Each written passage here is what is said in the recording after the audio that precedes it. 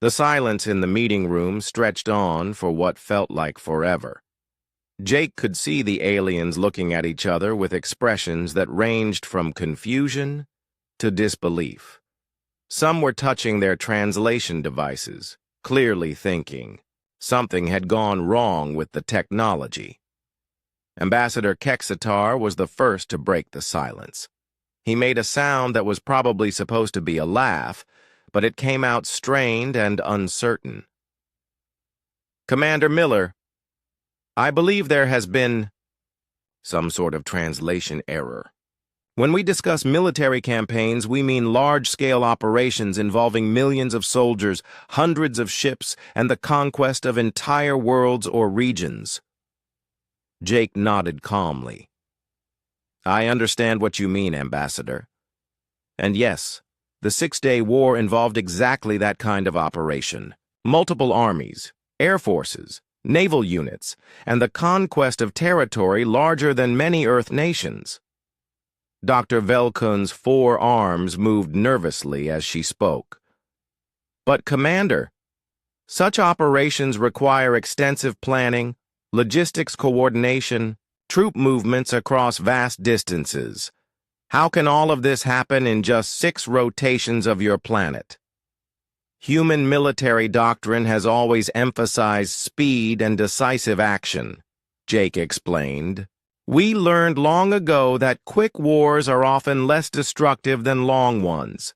When you're fighting on a single planet with limited resources, you can't afford to let conflicts drag on for years." General Mordak, the tree-like creature, made a rustling sound with his crystal leaves. "This makes no sense.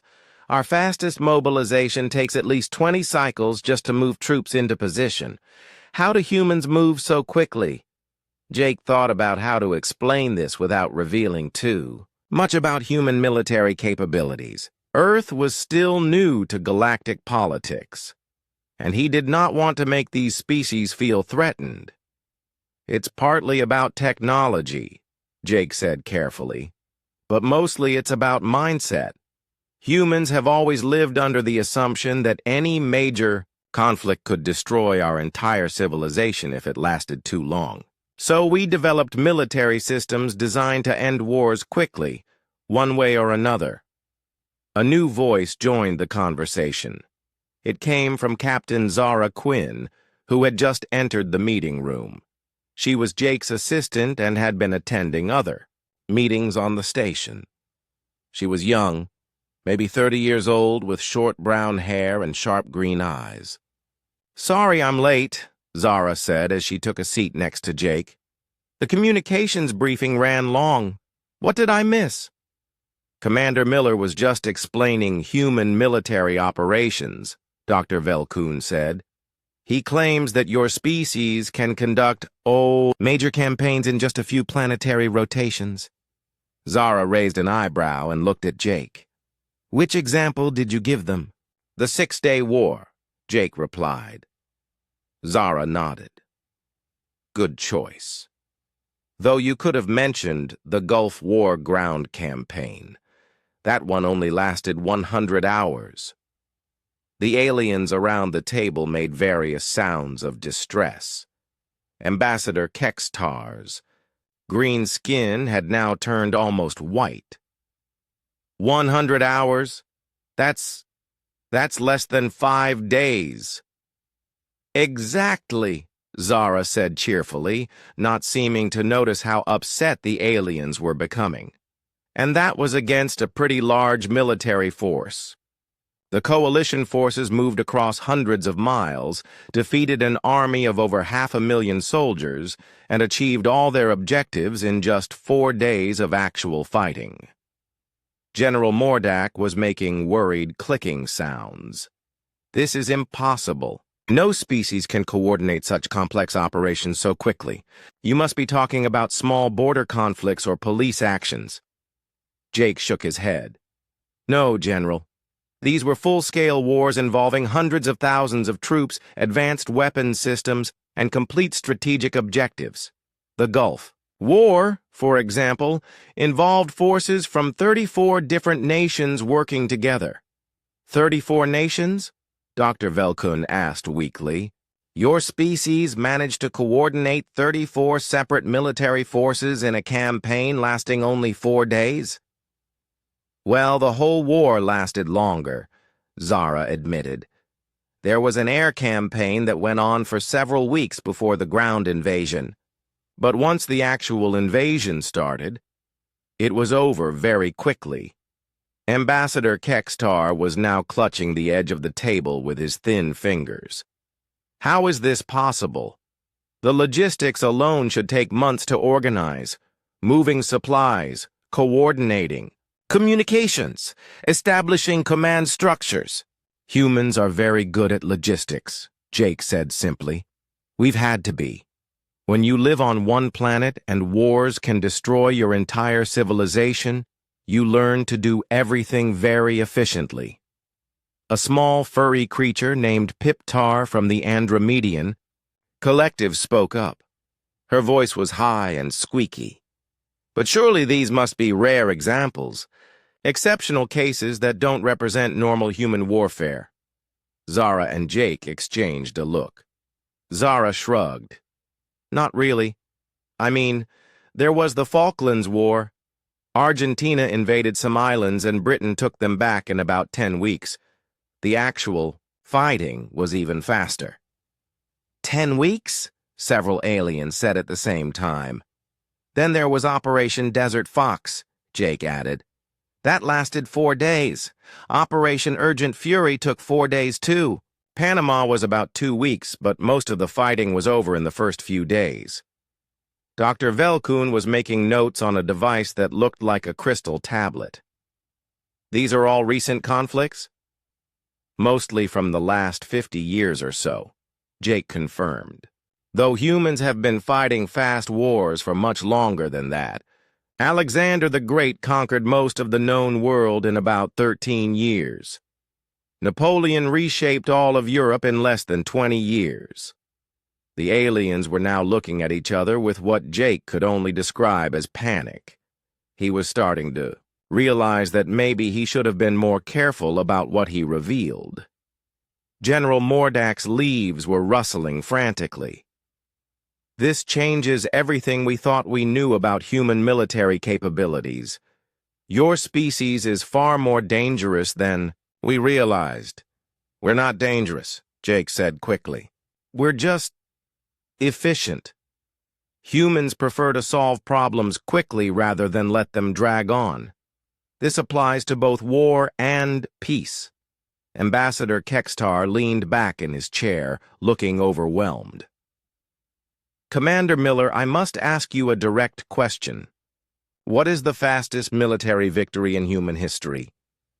Jake hesitated. He looked at Zara, who gave him a small nod. Well, he said slowly, that depends on how you define victory. Are we talking about conventional warfare, or would you like to know about nuclear scenarios? The mention of nuclear weapons caused an immediate stir. Several aliens stood up from their chairs. Others made alarmed sounds. Dr. Velkun dropped her crystal tablet, and it made a ringing sound as it hit the floor. Nuclear weapons? Ambassador Kextar whispered. You actually use nuclear weapons in warfare? Jake realized he had just made the situation much worse, but there was no taking back what he had said. Maybe we should talk about that topic separately, he suggested, but it was too late. The aliens were already looking at humans in a completely different way, and Jake had the sinking feeling that this conversation was about to become much more complicated. The meeting room fell into chaos as soon as Jake mentioned nuclear weapons. Several aliens stood up and started talking at once in their own languages.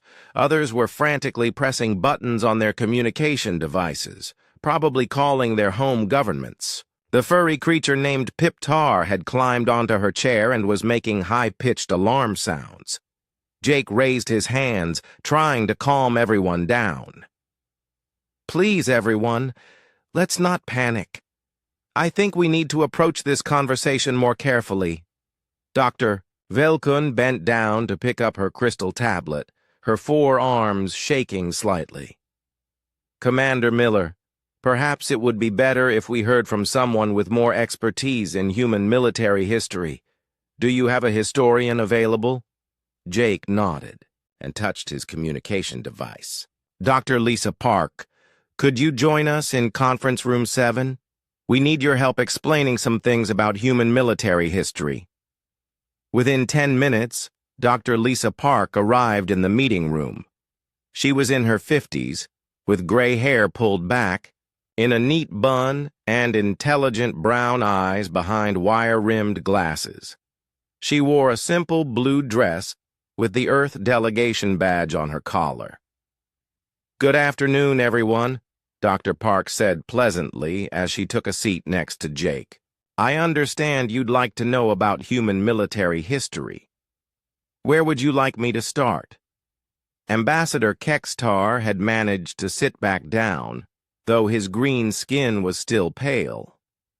"Dr. Park, Commander Miller has been telling us about human military campaigns that seem to achieve major strategic objectives in impossibly short time frames. We need to understand if this is normal for your species."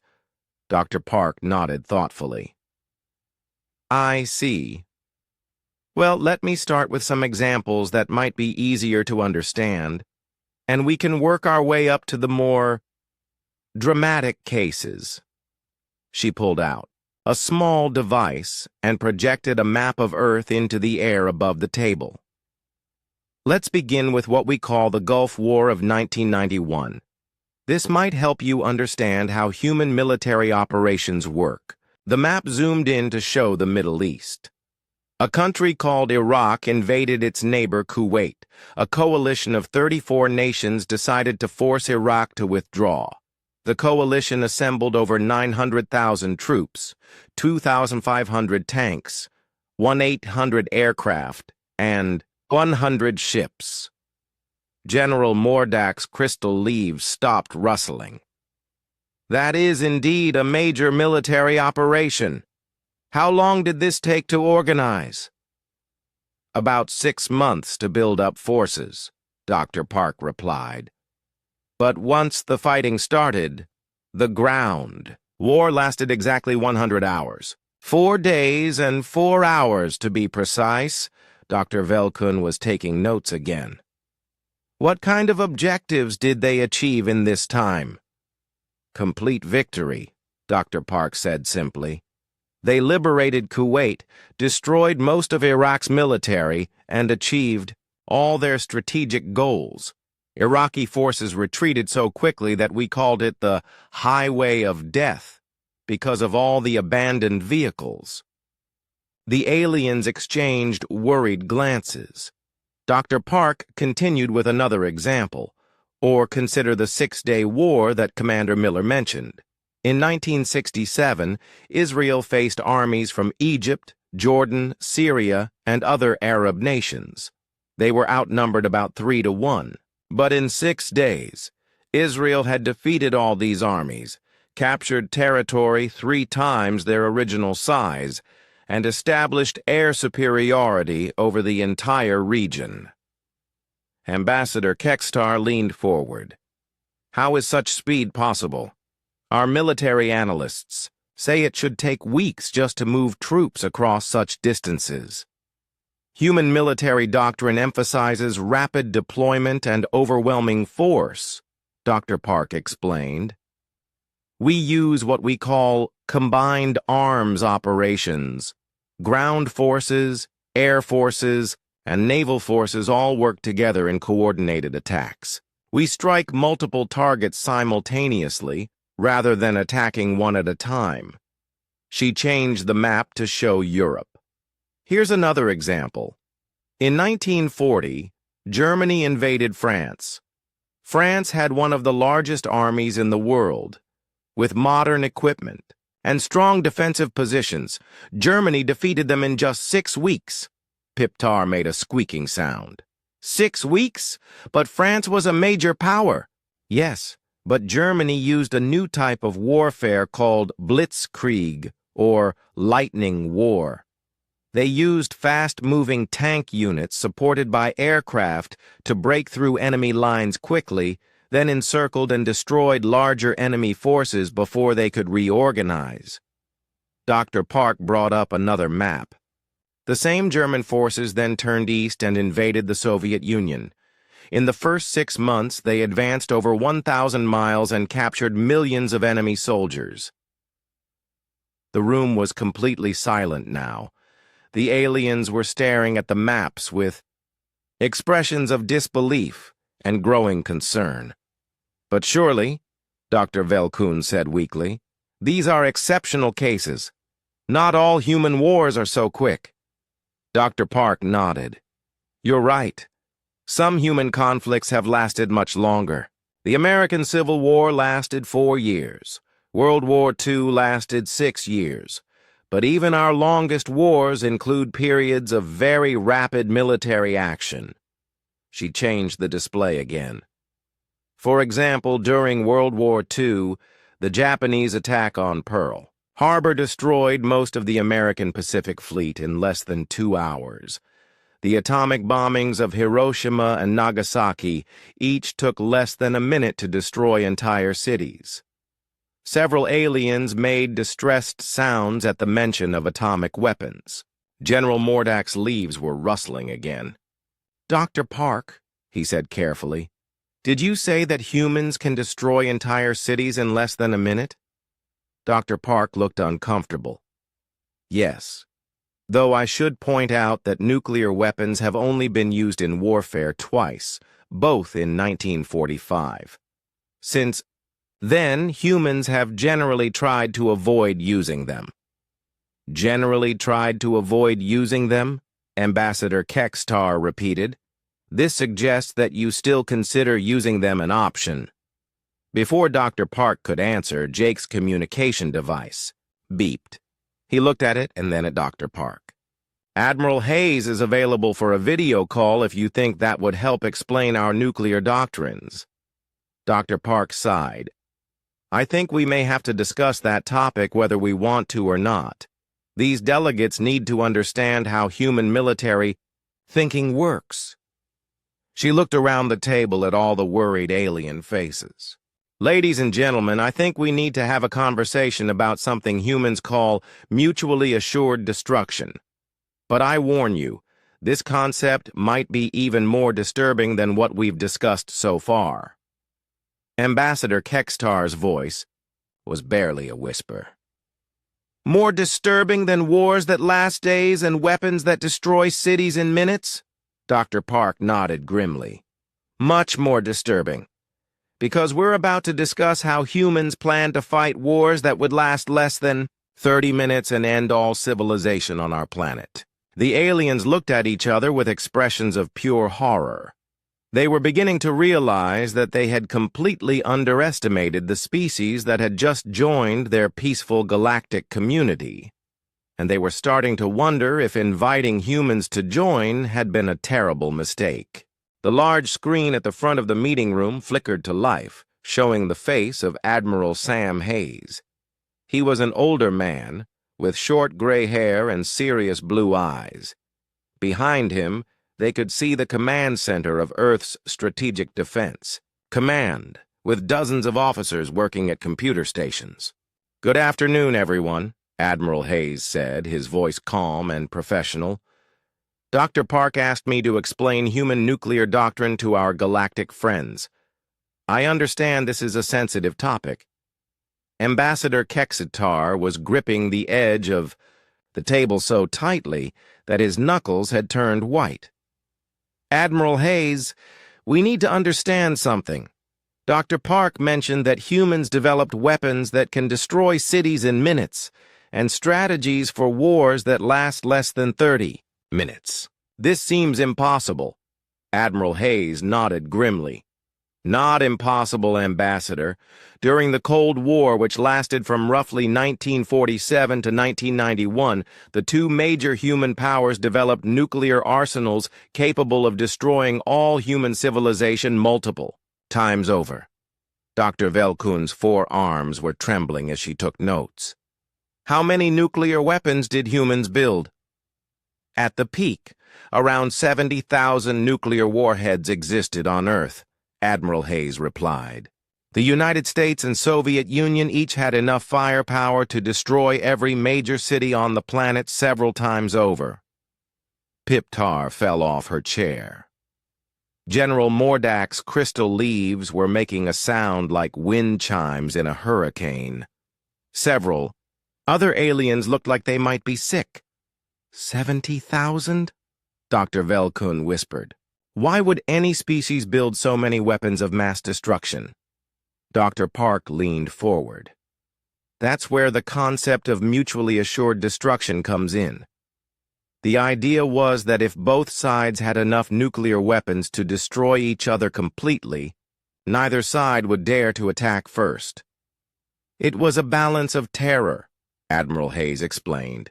Both sides knew that any nuclear war would result in the complete destruction of both civilizations. So the weapons existed to prevent war, not to fight one. Ambassador Kextar shook his head in disbelief.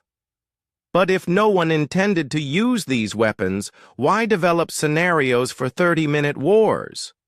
Admiral Hayes's expression became even more serious. Because we had to plan for the possibility that someone might use them anyway. Human nuclear doctrine was built around the assumption that if nuclear war started, it had to be finished quickly before it destroyed everything. He touched some controls, and a map of Earth appeared on the screen. Let me show you how a nuclear exchange might have worked. Intercontinental ballistic missiles can travel from one side of Earth to the other in about 30 minutes. Submarine launched. Missiles can reach their targets in as little as 10 minutes. Red lines appeared on the map, showing missile trajectories crisscrossing the planet. In a full nuclear exchange, thousands of warheads would be launched simultaneously. Major cities, military bases, and industrial centers would be destroyed within the first hour. The aliens watched in horror as the map showed the progression of destruction across Earth's surface. The doctrine was called Launch on Warning, Admiral Hayes continued. If our satellites detected incoming missiles, we would launch our own. Missiles immediately before the enemy warheads could destroy our ability to retaliate. General Mordak made a sound like breaking glass. You would decide to end your civilization based on satellite data? What if the satellites were wrong? Dr. Park nodded sadly. That almost happened several times. In 1983, a Soviet early warning system detected what appeared to be incoming American missiles. The officer in charge, Stanislav Petrov, decided the reading was a false alarm and didn't report it. If he had followed procedure, it might have started a nuclear war. There was also the incident with Vasily Arkhipov, Admiral Hayes added. During the Cuban Missile Crisis in 1962, a Soviet submarine nearly launched a nuclear torpedo. Arkhipov was the only officer who refused to agree to the launch. He may have saved the world. Ambassador Kextar looked confused. The Cuban Missile Crisis? What was this? Dr. Park pulled up historical footage on the screen. In 1962, the Soviet Union placed nuclear missiles in Cuba, just 90 miles from the United States. For 13 days, the world came closer to nuclear war than ever before or since. The footage showed military preparations, ships at sea, and tense political meetings. At one point, an American spy plane was shot down over Cuba. Military advisors recommended immediate invasion. If President Kennedy had followed that advice, it would have triggered nuclear war. How close did you come? Dr. Velkun asked, her voice barely audible. According to our estimates, Admiral Hayes said, there were several moments during those 13 days when nuclear war was less than an hour away, maybe less than 30 minutes. The room fell into complete silence. The aliens stared at the humans with expressions of shock and disbelief. Piptar climbed back onto her chair and spoke in her high, squeaky voice. But humans survived this period. You didn't destroy yourselves. How? Dr. Park smiled sadly. Luck, mostly. And a few very brave people who chose peace over following orders. But we came terrifyingly close to ending human civilization several times. The closest call, Admiral Hayes said, might have been in 1995. Russian radar detected a submarine-launched missile heading toward Moscow. Boris Yeltsin, the Russian president, activated his nuclear briefcase and prepared to launch a counterstrike. They had about 10 minutes to decide whether to end the world. What happened? General Mordak asked, his leaves barely rustling now. They waited, Admiral Hayes replied, just long enough to realize it was actually a scientific rocket launched from Norway. But for about 8 minutes, one man had the power to destroy human civilization, and he seriously considered using it. Ambassador Kextar buried his face in his hands. This is insane. How did your species survive with such weapons? Very carefully, Dr. Park said. And with a lot of luck. The nuclear powers developed elaborate systems to prevent accidental war. Hotlines between leaders, verification procedures, multiple confirmation requirements.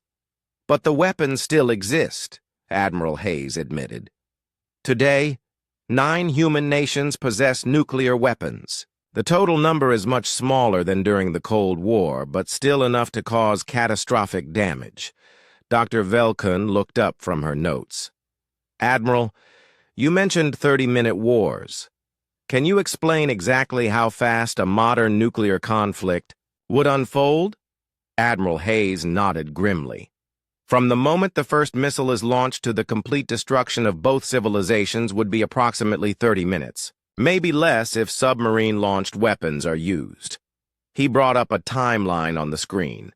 Minute 1, satellite detection of launch. Minute 2, confirmation and alert to national command. Minute 5, decision to retaliate. Minute 8, counter-launch. Initiated. Minute 15, first warheads reach targets. Minute 30, strategic exchange complete, civilization ended. The aliens sat in stunned silence. They were beginning to understand that humans didn't just fight fast wars by choice. They had developed weapons so powerful that any major conflict would have to be resolved in minutes, or there would be no one left to continue fighting. Now you understand, Jake said quietly, why humans prefer to end conflicts quickly. When the alternative is the end of everything, speed becomes a survival trait. The galactic representatives looked at the humans with a mixture of respect, fear, and pity. They were starting to realize that humanity's approach to warfare wasn't just different. It was shaped by the terrifying possibility that any war might be their last. Admiral Hayes leaned back in his chair and gestured to someone off-screen. I'd like to bring in Colonel Ryan Torres to explain our current military capabilities. Ryan, are you there? A new face appeared on the screen next to Admiral Hayes. Colonel Torres was younger, maybe 40 years old, with dark hair and alert brown eyes. Behind him, they could see what looked like a control room filled with computer screens showing maps and data. Good afternoon, everyone, Colonel Torres said. Admiral Hayes asked me to explain how modern human military forces operate. I should mention that I'm currently speaking to you from our Global Command Center, where we monitor military situations around Earth in real time. Dr. Velkun looked interested, despite her obvious nervousness. Colonel Torres, when you say real time, what exactly do you mean? I mean, we can see everything that's happening on Earth as it happens, Colonel Torres replied. Our satellite network provides complete coverage of the planet. We can track ships, aircraft, vehicles, and even individual people anywhere on Earth's surface. He touched some controls, and the screen showed a view from space looking down at Earth. This is a live feed from one of our military satellites. Watch this. The image zoomed in, focusing on a city somewhere on Earth. They could see cars moving on streets, people walking on sidewalks, and boats in a harbor.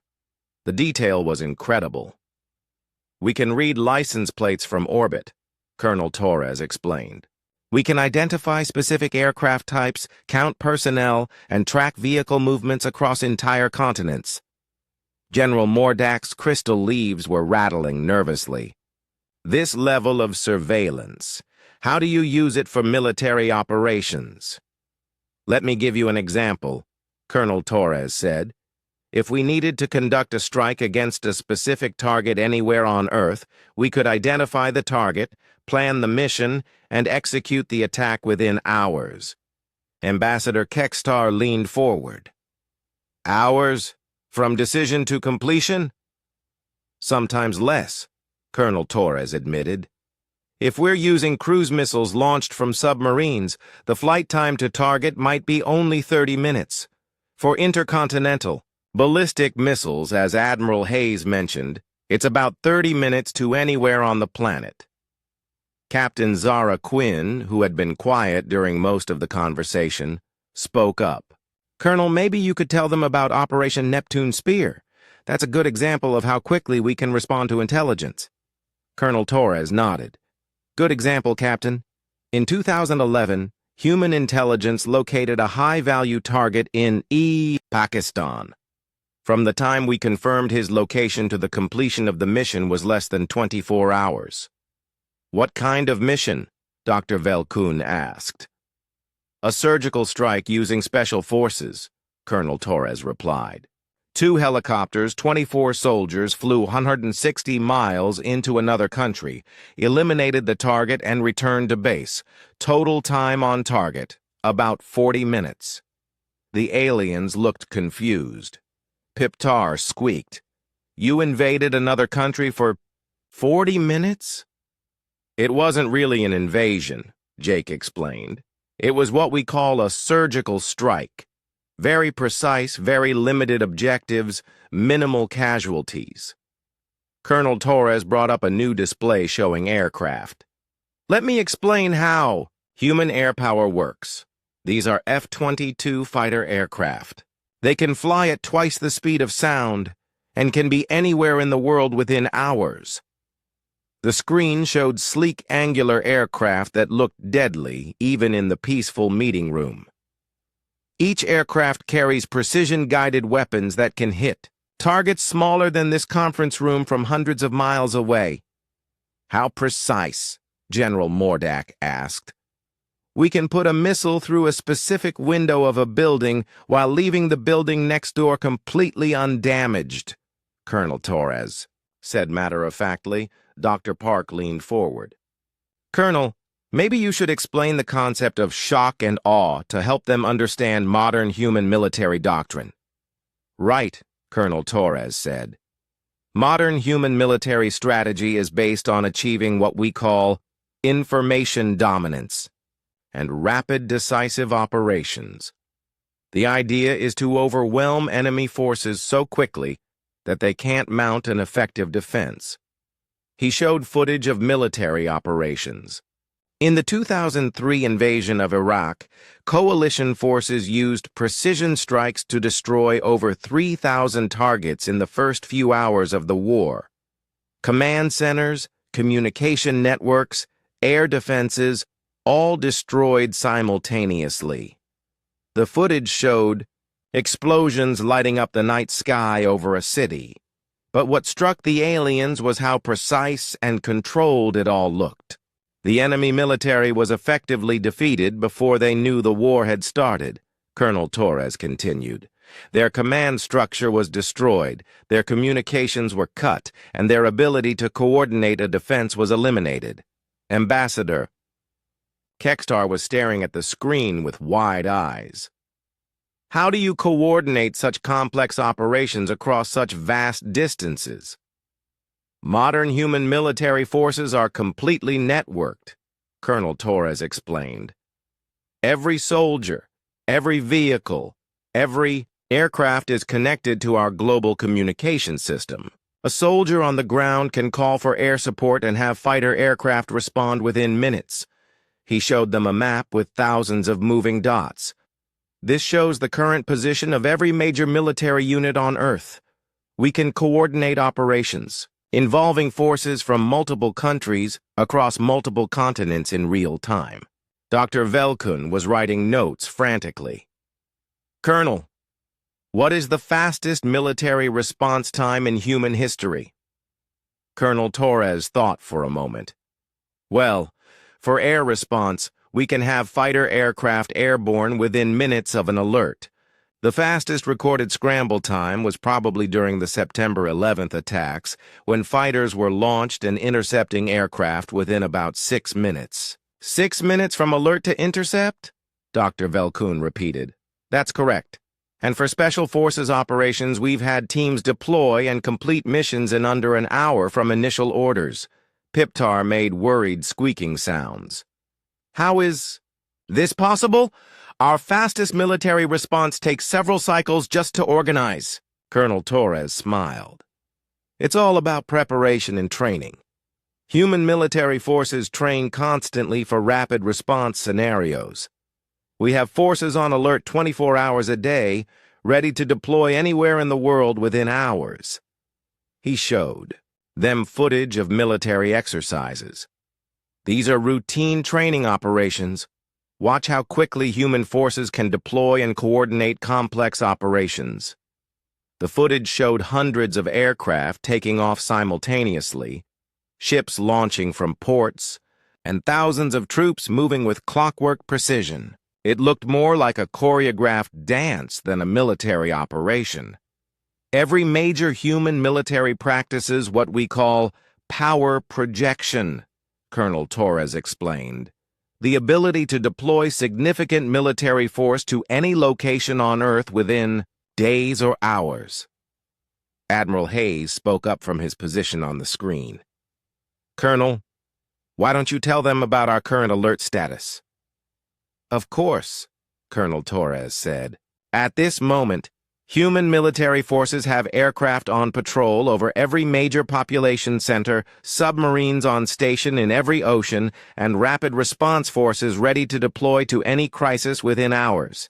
He brought up a global map showing the positions of military forces. We never really stand down. Even in peacetime, human military forces are positioned to respond to threats immediately. The aliens stared at the map in growing alarm. They were beginning to realize that humans didn't just fight fast wars occasionally. They were perpetually ready to fight fast wars at any moment. Now you understand, Jake said quietly, why we asked you to define fast at the beginning of this conversation. Human military operations are measured in hours and days, not months and years. The galactic representatives looked at each other with expressions of concern and dawning respect. They were starting to understand that humans weren't just efficient at warfare, they had turned rapid military response into an art form. The meeting room had become very quiet. The aliens sat around the table looking overwhelmed by everything they had learned about human military capabilities. Colonel Torres had signed off, leaving just Jake, Captain Quinn, and Dr. Park representing Earth. The alien delegates looked like they needed time to process what they had heard. Dr. Velkun was the first to break the silence. I think we need to step back and consider the larger implications of what we've learned today. Dr. Park, may I ask you a philosophical question? Of course, Dr. Park replied. Why did humans develop this approach to warfare? Most galactic species have conflicts that last for years or decades. We take time to negotiate, to consider alternatives, to minimize destruction. Human warfare seems designed to end conflicts as quickly as possible regardless of the cost. Dr. Park nodded thoughtfully. That's a very perceptive question, Dr. Velkun. The answer has to do with how humans evolved and the environment we developed in. She stood up and walked to the large window that looked out at the stars. Most of you come from species that developed on multiple worlds, or had access to vast resources across many star systems. Humans evolved on a single planet with limited resources and no way to escape. Jake joined her at the window. When you live on one world and any major conflict could destroy your entire civilization, you learn to end conflicts quickly. Long wars are a luxury that humans couldn't afford. A new voice joined the conversation. That's a fascinating perspective. Everyone turned to see Dr. Elena Price entering the room. She was a human xenopsychologist who had been studying alien cultures for the past 3 years. She had short blonde hair and wore a simple white coat over her uniform. "Dr. Price," Dr. Park said, "we were just discussing why humans develop such rapid military doctrines." Dr. Price took a seat at the table. "I've been thinking about this question since I started working with galactic species. The fundamental difference is psychological, not just technological." She looked around at the alien faces. Most galactic species approach conflict with the assumption that they have time to find solutions. You can afford long negotiations, extended campaigns, gradual escalation, and de-escalation. Humans, Jake added, always operated under the assumption that any conflict could escalate to species extinction, so we developed military and diplomatic systems designed to resolve problems quickly before they could get out of control. Ambassador Kextar leaned forward, his green skin now back to its normal color. "But surely this creates its own problems? If you resolve conflicts so quickly, how do you ensure justice? How do you consider all perspectives?" Dr. Price smiled. "That's where human diplomacy comes in. We developed diplomatic systems that are just as fast as our military systems." Dr. Velkun looked puzzled. "What do you mean?" "Well," Dr. Price explained, "humans have conducted major peace negotiations in time frames that would probably surprise you. The Camp David Accords, which ended a major Middle Eastern conflict, were negotiated in 13 days. 13 days? Several aliens said at once. The Good Friday Agreement, which ended decades of conflict in Northern Ireland, was negotiated in intense sessions lasting just a few days, Dr. Price continued. The surrender that ended World War II in Europe was negotiated and signed in less than 24 hours once Germany decided to surrender. Captain Quinn nodded. "Humans don't just fight fast wars. We make fast peace, too." General Mordak's crystal leaves rustled softly. "But how can you make lasting peace agreements in such short time periods? Don't you need time to consider all the implications?" Dr. Price shook her head. "Actually, we found that long negotiations often make conflicts worse, not better. The longer you negotiate, the more time people have to think of new reasons to fight." She pulled out a small device and projected some historical data. "Look at these statistics. Human peace agreements negotiated in less than a month have a success rate of about 70%. Agreements that take longer than a year to negotiate have a success rate of less than 30%. The aliens stared at the data with expressions of disbelief. "It's about momentum," Jake explained. "When humans decide to end a conflict, whether through war or peace, we focus all our energy on ending it quickly. Long, drawn-out processes give people time to change their minds or find new reasons to keep fighting." Dr. Velkun was making notes. Again. "This is a completely different philosophy from how galactic species approach conflict resolution. We believe that time allows for better solutions, more consideration of alternatives." "Maybe," Dr. Park said, "but consider this. In the time it takes most galactic species to negotiate one peace agreement, humans have probably resolved dozens of conflicts through rapid diplomatic or military action. A small, blue-skinned alien named Kextal spoke up for the first time. Dr. Price, I have been listening to this conversation with growing concern. If humans resolve conflicts so quickly, how do you prevent new conflicts from starting? Dr. Price looked thoughtful. That's an excellent question. The answer is that we don't really. Humans have conflicts all the time, but we resolve them quickly before they can grow into major wars. She showed them more data. Earth currently has about 30 active conflicts of various sizes, but most of them are small, localized, and likely to be resolved within months, or years rather than decades. We've learned, Jake added, that it's better to have many small conflicts that end quickly than a few large conflicts that last forever. Ambassador Kextar looked confused. But wouldn't it be better to prevent conflicts altogether? We try, Dr. Park said. But humans are a competitive species. We're always going to have disagreements. The key is not preventing all conflict, but making sure conflicts don't escalate beyond our ability to control them. Dr. Price nodded.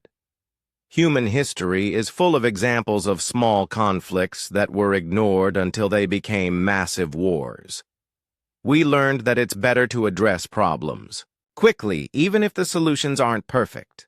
The alien delegates sat in silence for several minutes, clearly struggling to understand this different approach to conflict and peace. Finally, a tall, ethereal being named Zixmore spoke.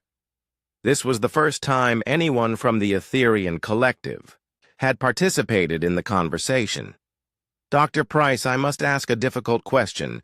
If humans can wage war so quickly and efficiently, how can other species ever feel safe around your people? The room became very quiet. The aliens all looked at the humans with expressions of concern and uncertainty. Dr. Price chose her words carefully. The same thing that makes humans dangerous in war makes us valuable in peace. We can respond quickly to threats, but we can also respond quickly to requests for help. Human military forces, Jake added, have been used for humanitarian missions, disaster relief, and peacekeeping operations far more often than for actual warfare in recent decades. When there's a natural disaster anywhere on Earth, Captain Quinn said, human military forces can have relief supplies and medical aid on the ground within hours. The same rapid response capabilities we use for war work just as well for saving lives. Dr. Price smiled. The question isn't whether humans are dangerous. The question is whether we're dangerous to our friends or dangerous to our enemies. And I think our track record shows that humans make very good friends and very bad enemies. The aliens looked at each other uncertainly. They were beginning to understand that humans weren't just a new military power in the galaxy. They were a completely different type of species, one that approached both conflict and cooperation with an intensity and speed that challenged everything other species thought they knew about galactic civilization. And they weren't sure if that was terrifying or wonderful. Dr. Elena Price looked around the table at all the worried alien faces. She could see that words alone were not enough to help these species understand how human military systems actually worked. They needed to see it for themselves. Jake, she said, I think our guests need a demonstration. Would it be possible to show them how our global monitoring systems work? Jake hesitated for a moment. Showing alien species human military capabilities was a big decision. But these were Earth's allies now, and they needed to understand what they were dealing with. I can arrange a limited demonstration, Jake said carefully. Let me contact our operations center. He touched his communication device. "This is Commander Miller. I need authorization for a Level 3 demonstration for our galactic allies. Yes, I understand the security implications." After a few minutes of conversation, Jake looked up. "Authorization granted. We can show you our global awareness capabilities, but nothing classified." The large screen at the front of the room came to life again. This time it showed a three-dimensional map of Earth floating in space. The planet was covered with thousands of tiny lights, each one representing something different. "What you're seeing," Jake explained, "is a real-time display of human military awareness. Each light represents a ship, aircraft, vehicle, or facility that our systems are currently tracking." Dr. Velkun leaned forward, her four arms moving nervously. "You're tracking everything on your planet simultaneously?" "Not everything," Jake replied, "but everything that matters for security purposes. Ships larger than fishing boats, aircraft in flight, military vehicles, major transportation hubs." The display zoomed in on a particular region. "This is the North Atlantic Ocean right now. Those blue dots are commercial ships. The green dots are military vessels. The red dots are aircraft currently in flight over the ocean." Captain Quinn stood up and walked to the screen. "Watch this," she said, pointing to one of the blue dots. "Computer, identify contact Sierra 77. Text appeared next to the dot. "MV Atlantic Crossing, cargo vessel, 847 feet long, departed Hamburg 6. Days ago, destination New York, estimated arrival 14 hours. The aliens made impressed sounds. Ambassador Kextar asked, "You know the schedule and cargo of every ship on your planet?" "Every ship larger than a certain size," Jake confirmed. "It's necessary for security and safety purposes." The screen changed to show aircraft over North America. There were hundreds of tiny dots moving across the continent. "Computer," Captain Quinn said, "show current air traffic over the eastern United States." The display became a complex web of moving lights, each with its own path and speed indicator. "Every aircraft currently in flight," Jake explained. "Commercial flights, private aircraft, military aircraft, emergency helicopters. Our air traffic control system manages about 50,000 flights per day in the United States alone." General Mordak's crystal leaves were chiming softly. "How do you coordinate so many moving objects without collisions?" "Very carefully, Captain," Quinn replied with a smile, "and with a lot of computer assistance. But the point is, we can see everything that's happening in Earth's airspace in real time." Dr. Price spoke up. "Now, let me show you why this matters for military operations." She walked to a control panel and made some adjustments. The display changed to show a simulation. "This is a hypothetical scenario," she explained. "Let's say we detected a threat to one of our major cities. Watch how quickly we can respond." The simulation began. A red dot appeared near one of the major cities on the map. "Threat detected at 10 hours," Dr. Price narrated. "Automatic alert sent to regional command. Air defense systems activated. Fighter aircraft scrambled from 3 different bases." On the screen, they could see green dots moving rapidly toward the red dot from different directions. 10:04 hours, first fighter aircraft airborne. 10:07 hours, second flight airborne. 10:09 hours, threat intercepted and neutralized. The red dot disappeared, and the green dots began returning to their bases. 9 minutes from detection to resolution, Dr. Price said simply. The aliens stared at the screen in silence. Ambassador Kextar finally spoke. 9 minutes to coordinate aircraft. From multiple bases and neutralize a threat? That's for a domestic threat, Jake explained. For threats further away, it might take longer, but not much longer. The screen changed again, this time showing a global view with various military exercises happening around the world. These are current military training exercises, Captain Quinn explained. Human forces practice these rapid response scenarios constantly. They could see simulated battles happening in multiple locations simultaneously, ships maneuvering in coordinated formations, aircraft conducting complex attack patterns, ground forces executing synchronized movements across vast distances. What strikes me, Dr. Velkun said quietly, is how coordinated it all looks. Like a dance. That's exactly what it is, Dr. Price agreed.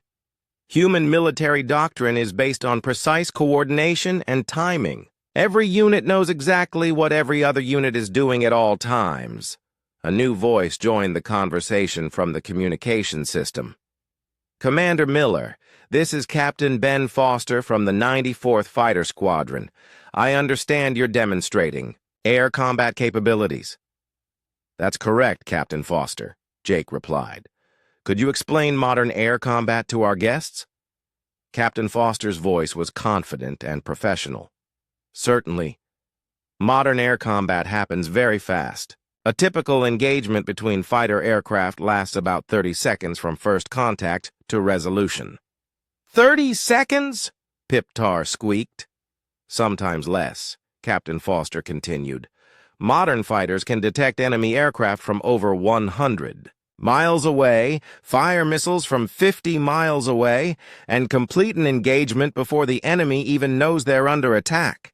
The screen showed a simulation of air combat. Two aircraft approached each other at incredible speeds. Suddenly, one fired a missile. A few seconds later, the target was destroyed. Combat speed is about reaction time and situational awareness, Captain Foster explained. The pilot who sees the enemy first and fires first usually wins. The whole engagement might be over before either pilot actually sees the other aircraft. Dr. Price nodded. This is what we mean when we talk about the speed of human warfare. It's not just that our campaigns are fast. Our individual combat actions are measured in seconds. She changed the display to show Special Forces operations. Special Forces missions are similar. Teams train to complete complex objectives in minutes rather than hours. The simulation showed a small team of soldiers moving through a building with incredible speed and precision. Each movement was coordinated with the others, like pieces of a machine working together. Average Special Forces assault takes about 4 minutes from entry to objective completion, Dr. Price explained. Every second is planned and rehearsed. General Mordak was making soft chiming sounds with his leaves. This level of coordination, it must take years to achieve. Human military personnel train constantly, Jake confirmed. Soldiers, pilots, and naval personnel spend most of their time practicing these operations until they become automatic. Ambassador Kextar leaned back in his chair, looking overwhelmed. Commander Miller, I owe you an apology. When this conversation began, I thought you were exaggerating human capabilities. Now I see that you were actually being modest. Jake smiled. We try not to brag, Ambassador. But when you asked about fast wars, we felt you should understand what humans consider normal. Dr. Velkun looked up from her notes. I have been calculating the implications of what we've seen today. If humans can coordinate such complex operations so quickly, your species could potentially reshape galactic military doctrine. We're not interested in reshaping anything, Dr. Price said quickly. Humans are new to galactic civilization. We're here to learn and contribute, not to dominate. But surely, General Mordak said, other species could benefit from human methods of rapid conflict resolution. Jake and Dr. Price exchanged a look. This was exactly the kind of conversation they had hoped to avoid. Perhaps, Jake said carefully. We could discuss how human rapid response capabilities might be useful for peacekeeping and humanitarian operations rather than warfare. The aliens nodded, but Jake could see they were all thinking the same thing. They had just witnessed military capabilities that exceeded anything they had imagined possible, and now they had to figure out what that meant for the future of galactic civilization. Whether they liked it or not, the humans had just changed everything,